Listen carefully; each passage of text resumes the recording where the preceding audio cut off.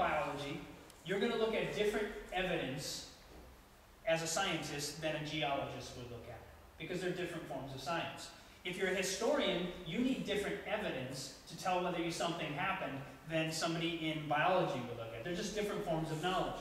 If you look in theology, the study of the Bible, or the study of God specifically, not the Bible, but the study of God, God says in Isaiah, the verse we looked at is Isaiah 46, verse 9 and 10. God says, in what language is your Bible? English. Oh, it is. Why don't you read Isaiah 46, verse 9 and 10? And you can read it again just so we can all hear it. Remember the former things of old, for I am God and there is no other. I am God and there is none like me. During the end from the beginning and from ancient times, things that are not yet done, saying my counsel shall stand, and I will do all my pleasure. Okay, verse 9 says, I'm God and there's no other God. And verse 10 says, because I can tell you the end from the beginning. I can tell you the future. Does that make sense? So God says, do you really want to know that I'm God? When I tell the future and you see it happen, then you can know that I'm a true God. Now in Muhammad, in the Quran, he has a little bit of prophecy, but if you look at those prophecies, at least from my study, the prophecies in the Quran are prophecies from the Old Testament. He basically just took things from the Old Testament and put in the Quran. Well, that doesn't make somebody a prophet. If I read you a prophecy from the Old Testament, that doesn't make me a prophet. You see what I'm saying? So Muhammad he didn't have the knowledge or the connection with God to give real prophecy. All he could do was tell prophecies that had already been written by true prophets. You follow? And so, I'm not a prophet, but I can read prophecies of the Old Testament and the New Testament. But the point, you get my point. So Muhammad, he didn't have in his writings legitimate prophecy, other than the fact that he took it from somebody else. Confucius, in China, he didn't have, was he in Japan? Wherever he was. Confucius did not have prophecy. God alone gives true 100%. Nick, who was the guy that everybody brings up? Who was this guy who has all these prophecies? Nostradamus. Nostradamus maybe had 10 to 20% of his prophecies somewhat accurately true. But that means he had 80 to 90% that were false, right? In the Bible, you have to have them all. So now let's look at one evidence for prophecy. This man right here is named Peter W. Stoner. He was a mathematician. And he took his students, and what he did was he tried to figure out how many prophecies there were about Jesus. Can you still see it, people? Mm-hmm. You can. And then he tried to figure out, okay, well, when were these written? And he discovered that they were written basically about 400 years before Jesus was here to about 1,000 years before Jesus was here. So they were all written between 400 to 1,000 years before he was here. And how many prophecies were there? His students discovered there were about 300 of them. So about 300 prophecies. And so he gave examples, specifically some of the prophecies that he was talking about. One of which was Zechariah chapter 9, verse 9, which says, "Rejoice greatly, O daughter of Zion. Shout aloud, O daughter of Jerusalem. Behold, your king is coming to you, righteous and having salvation is he, humble and mounted on a colt, on a colt, the foal of a donkey." Now, this is one of the prophecies of Jesus, and what it simply said was that he would come, the Messiah would come, and he would come on a donkey, riding a donkey into Jerusalem as a king. Now, the question is, how many people in Earth's history look like kings riding into Jerusalem on a donkey? How many people have ridden into Jerusalem on a donkey, and people were kind of waving palm branches and saying, "Hosanna to the Son of David"? How many people have gone through this experience? Probably not, one really. But even if you were to be very, very generous and say, so here's the thing though, if they said only one, people might say, "Oh, we don't know for sure that only one did that. Maybe King Solomon himself did. I don't know." You could understand the argument. So what they said was, they were trying to figure out the mathematical probability that any person that has ever lived could fulfill all the prophecies of Jesus. So they said, one in how many people could fulfill these prophecies. And they said, well, if they said 1 in 10 billion, people would say, oh, you're making it too hard.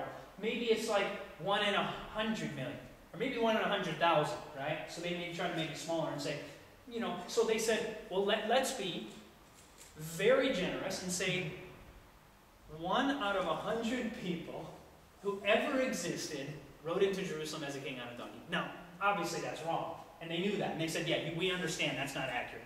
That's way, way too many. But they said, if we make a bigger number, we're going to show you the mathematical probability if we put them all together, that one person could fulfill all of them. You figure? So meaning, to fulfill, let's say it's 1 in 100 people. Now they knew it wasn't 1 in 100 people. But, so let's go on. Isaiah 53 is another prophecy that Peter W. Stoner looked at. He said he was oppressed and he was afflicted, yet he opened not his mouth. He is brought as a lamb to the slaughter, and as a sheep before her shearers. Those are the people who cut the wool on the sheep. Before her shearers is silent or dumb.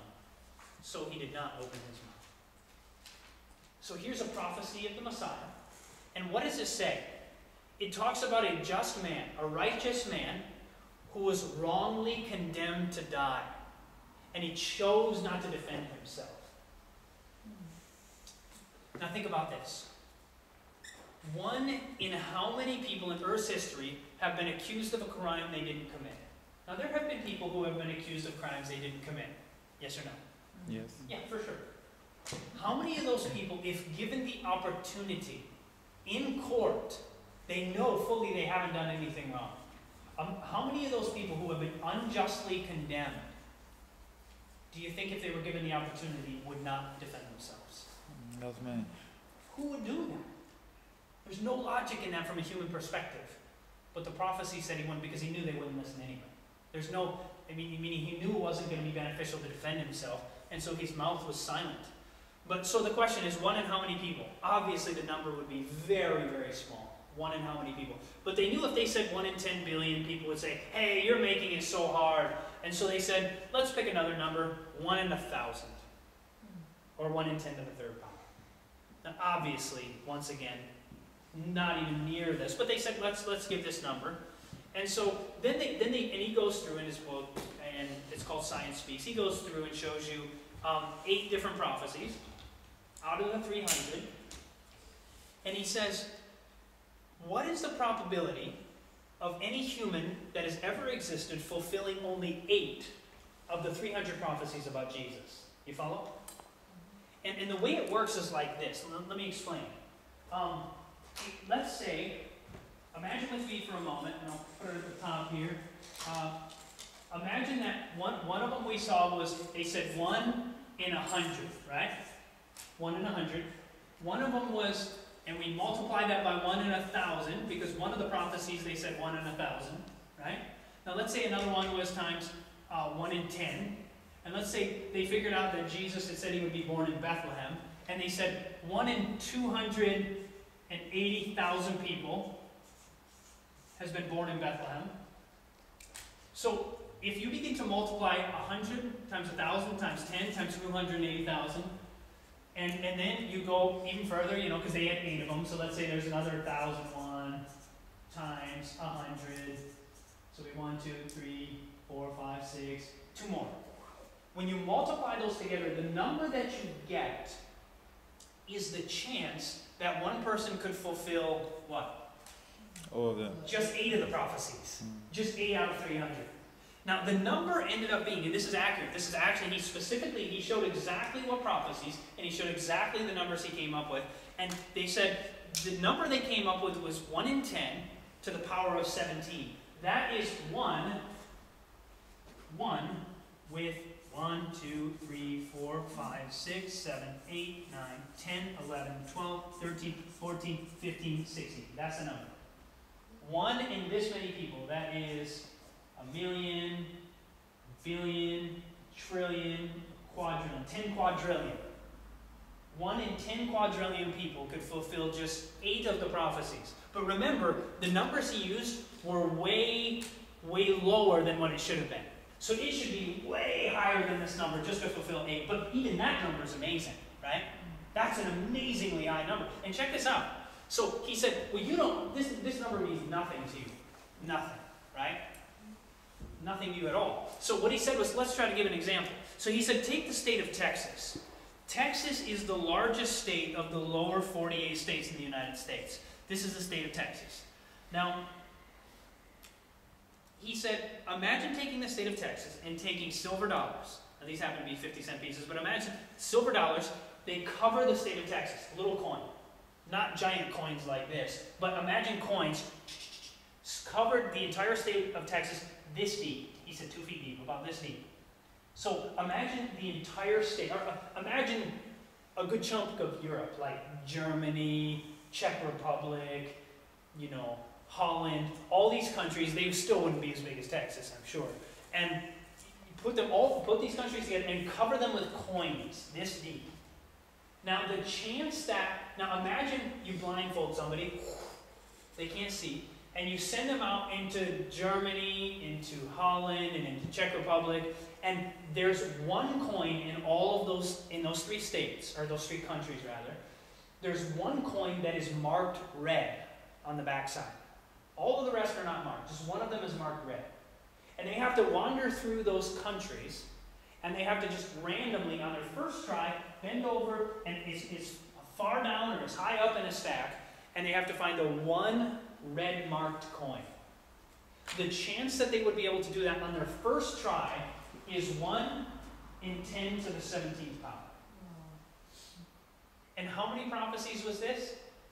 300. No, 8 prophecies. And then he goes further. He said, okay, let's take this same logic, and he said, let's go even further.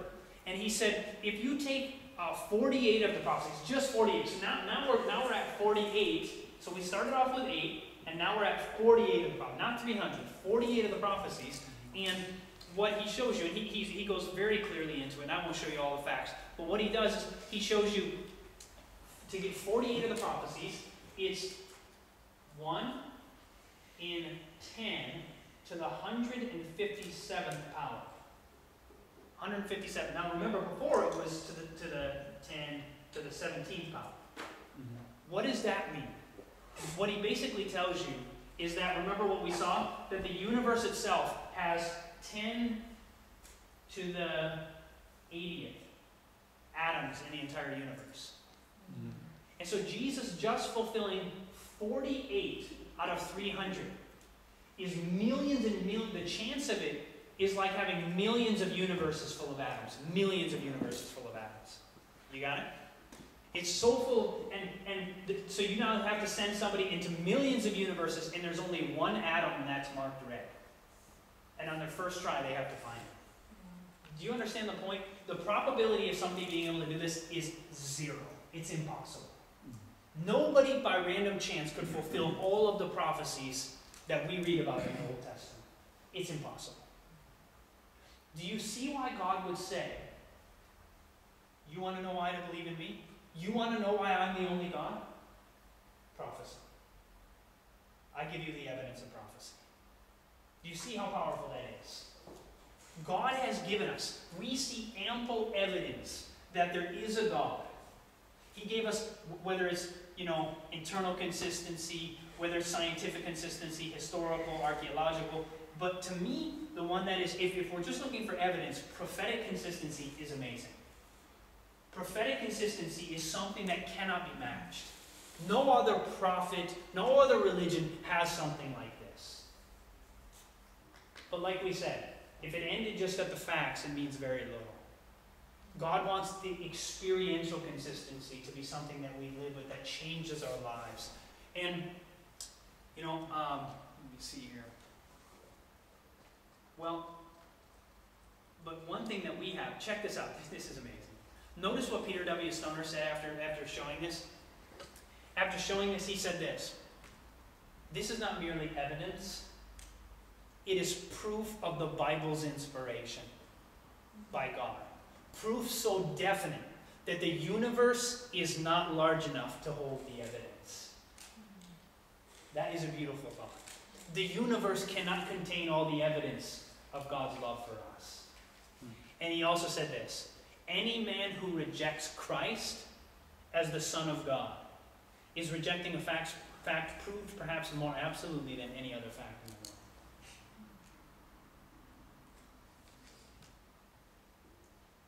You know what? And you know what Peter W. Stoner didn't know about? He didn't know about this. He didn't know about the 70-week prophecy of Daniel chapter. You guys haven't studied that since you've been here, have you? No. Well, Did she do it? a little. Which is fine. I'm not really. It wasn't really like in depth. Okay, and I'm not really going to study it so much either, but basically, those prophecies about Jesus, they couldn't be fulfilled today. They couldn't be fulfilled 50 years before Jesus came. They all had to, all 300 of those prophecies, other than the second coming prophecies, all of the prophecies had to be fulfilled within, basically, other than the birth, had to be fulfilled within a 7-year time period. So do you see that this 1 in 10 to the 157th power, that's not even close to accurate. That number 157 should be way higher, because it all had to happen in Earth's history right here. You see? So God is so particular that any thinking person who is honest, we've already said there are certain people, like we looked at the guy who, when the scientists, when they discovered that the universe was not eternal. When scientists began to look and discover that they used to think, yes, the universe has gone on forever. But then they discovered, no, actually, it had a beginning. And he said, that right there is repugnant to me. That is terrible. And he said, if possible, I would like to find a way to prove that that's not true. He didn't want to believe the facts. Sometimes the facts are staring us in the face, but we don't want to believe it because we want to live our own way. God has made things so clear, but I share these things with you not because so you think you can run and yell these things at an atheist and then he'll believe it. You need to reveal Jesus to people. You need to make connections, build bridges. If you immediately try to say, believe in this argument, this one, people will just, they build a wall. But when you show love to people, when you work with people, when someone has an openness to actually study the Bible, I see these things so you can realize for yourself, we have good evidence. And sometimes people, later on, they may be open to these things. Once they are accepting, most of my friends who were atheists and are now Christians, now Adventists, they didn't accept evolution, creation first and then become a Christian. They accepted Jesus first. And then in time they saw that. So Jesus needs to be seen before these things. I share these things. We have ample evidence. No other religion has anything like this. Islam, not at all. Buddhism, that's just a good way of life. They're just trying to live a good life. They're not even necessarily believers in God. It can be an atheistic religion.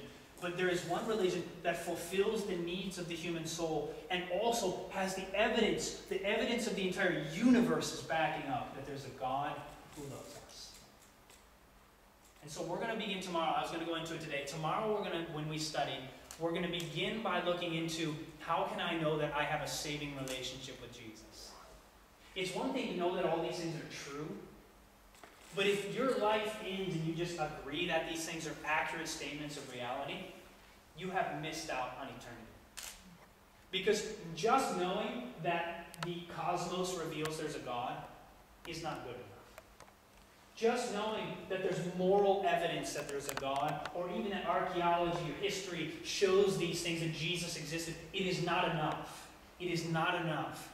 God wants us to have that experiential life where we live day by day. And remember, we read earlier, what did we read? We read that God says that your happiness, that your greatest desire in this life is your happiness, right? Your greatest desire in life is your happiness. And all of heaven is willing to work with you to bring about that happiness in your own life, here on this earth, but also for eternity. So let's close with a prayer. We'll be done today. You'll be done a little bit early. Let's pray. Well, actually, before you run off, we'll ask if there's any questions. Does anybody have any questions before we end? Did anybody not get any? Okay, you, all right, so